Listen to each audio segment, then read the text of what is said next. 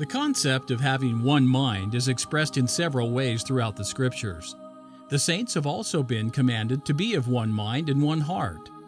The Book of Mormon patriarch and prophet Lehi counseled his sons to be of one mind and one heart.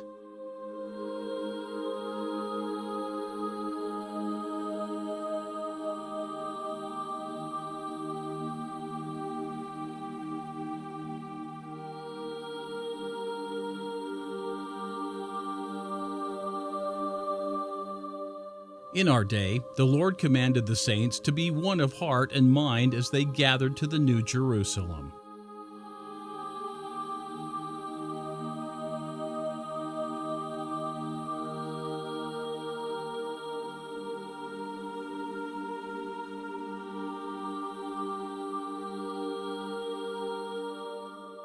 Alternatively, the saints at the time of the New Testament apostles had all things in common due to their having one heart and one soul.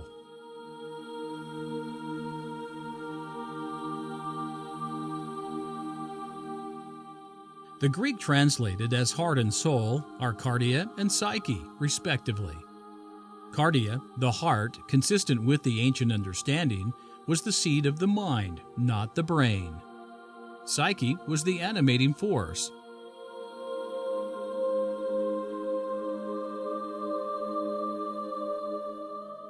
To complicate things further, Paul used another duality to characterize the unity of the saints: one spirit and one mind.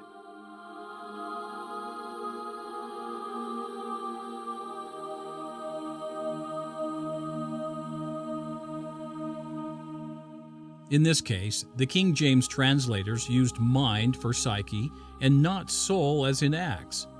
Psyche, not cardia, is now the mind. Paul uses pneuma for spirit. The Apostle Peter, in his first epistle, used an entirely different organ to characterize oneness of mind. Peter used homophron, which is translated as of one mind. Homophron has two roots, homo meaning same as, and phren, referring to the midriff of the body, but also to the mind. Phren is also the root for the English term diaphragm. Phren is also the root of phrenology, the study of the bumps on the skull to determine or predict mental traits. Be this as it may, mind is an aspect of the light of Christ in consciousness and is not specific to any one organ of the body. To believe that the brain or any other organ of the body is the origin or center of consciousness or the light of Christ is the cause of the mind-body problem in the first place. The same concept of heart as mind is found in the Old Testament. The Lord told Jeremiah that when he will have gathered Israel into the latter days, he will give them one heart and one way, or purpose.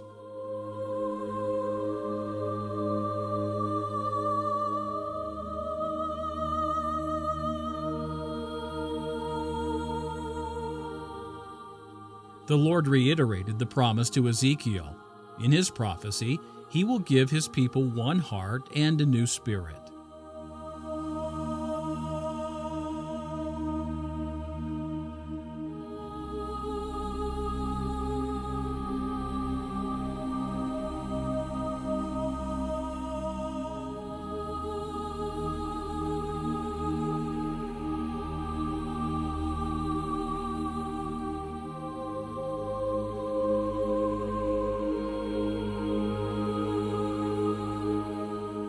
In both prophecies, the Hebrew translated as heart is lab, like the Greek cardia.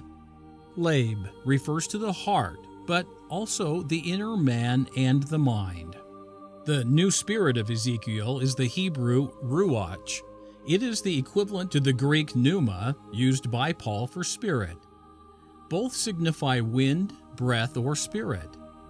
Now, what we must understand when reading these translations is that the one heart or one mind of a group cannot refer to a collective organ of the body. They must refer to something else entirely. Now, Perhaps the most familiar example to Latter-day Saints was ancient Zion. The people of Zion were of one heart and one mind. The inhabitants of Zion dwelt with one mind and one heart in righteousness, meaning that their social unity was focused solely on the principles of righteousness.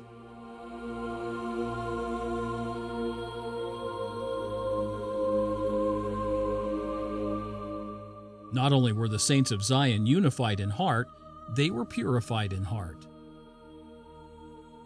The power of mind or consciousness comes both from the unity of a group, also called coherence, but also from purity, the perfect alignment with the moral structure of the universe.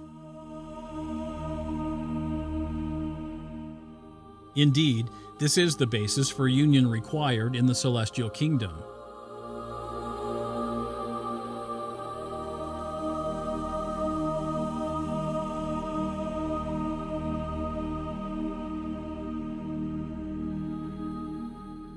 Ancient Zion had reached this perfect union of mind and heart.